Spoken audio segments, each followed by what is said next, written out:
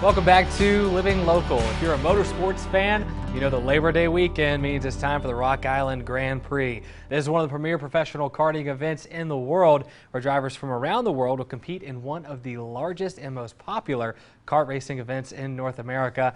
And it's happening all right here in Rock Island. Joining me in the studio is Roger Ruthhart, president of the Rock Island Grand Prix. Thanks for being here today. Oh, thanks for having me. I really appreciate it. So you were kind of telling me before we started here, but love to hear the history again of the Rock Island Grand Prix, how it got started. Well, this is our 25th year, so it goes back quite a ways, back to the early days in about mid-1990s, where the Downtown Arts and Entertainment District was trying to create events to bring people downtown.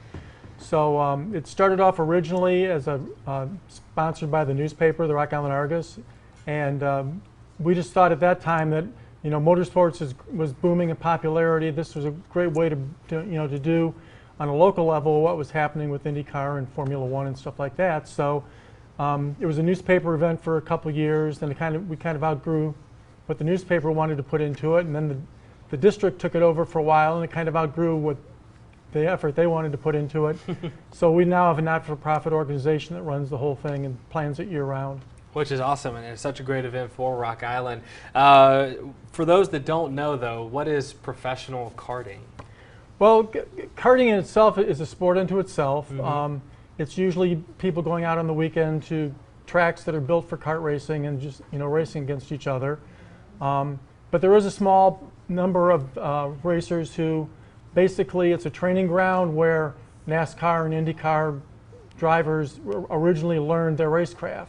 So there are a number of drivers who raced in karting and gone on to race in Formula One or IndyCar or NASCAR, and we've had some of those that have raced here with us. So it's interesting to be able to look back at the history and say, yeah, Graham Rahal raced here, and Scott Speed raced here, and Joey Hand, and people like that have gone into huge careers in racing.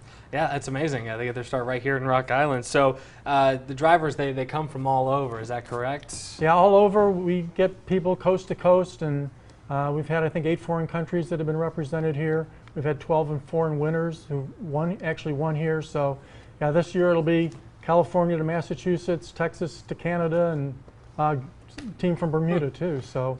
Yeah, so in the world of karting, this is one of the premier events, correct? To put it in perspective. Yeah, absolutely. It's probably one of the top 2 events of the year. It's probably the second oldest event. There's one that's been around, dating much longer. But a lot of events, and especially events like this that are sort of not part of a series or something, can often run their course. And we've been fortunate to be able to continue it for a long time, and we're hoping to continue it, 25 years into the future.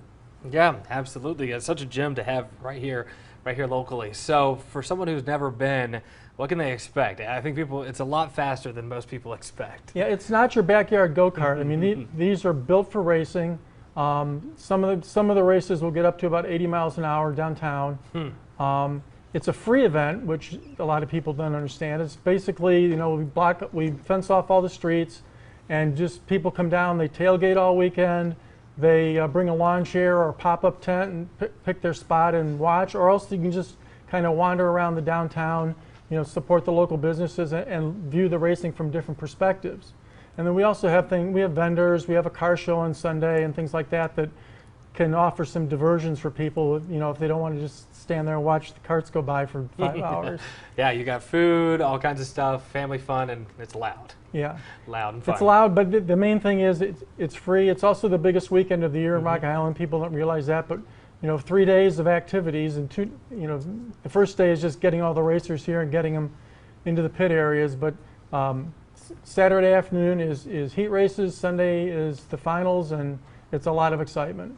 Yeah, absolutely. What sets this karting event apart from others? Well, I think there's 2 things mainly. Number one, it's in the streets.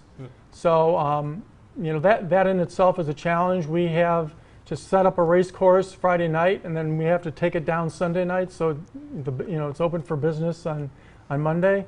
So that's the main thing, I think, is that that's a different scenario not only for the racers but also for the spectators.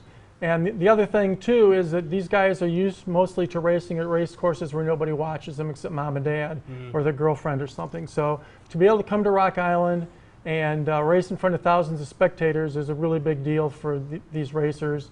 It's the race that they all bring their family along. They have family reunions. They bring their sponsors. You know, it's a big deal, and you know, the Rock Island benefits from that. Yeah, and they bring their A game, which makes even better racing. Yep. For sure. So, how have you seen it evolve over the years, from way back in the mid-90s to where it is today? Well, there certainly have been ups and downs and twists and turns along the way. I think any sport is like that. Probably the biggest challenge we had was, you know, surviving the recession. When, I mean, it is a economical way to go racing compared to cars and things like that. But when, you know, money got tight, it was, you know, one of the first things I think to go. And a lot of people stopped racing. Certainly, they stopped racing in the classes that are more expensive to, you know, where you have to rebuild your motor every time you race and all that.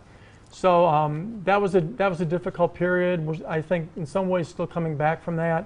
A big benefit has been that Briggs & Stratton created a new engine that is practically bulletproof. You don't have to do anything to it. It's sealed. You just, you know, you can buy the whole thing.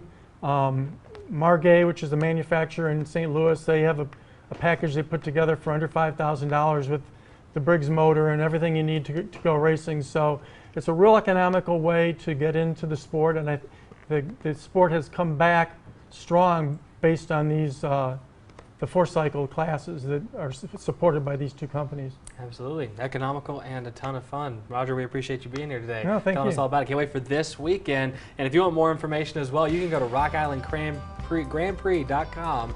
We'll also take all those details and post them on our website, ourquadcities.com as well. We're back with more Living Local right after this.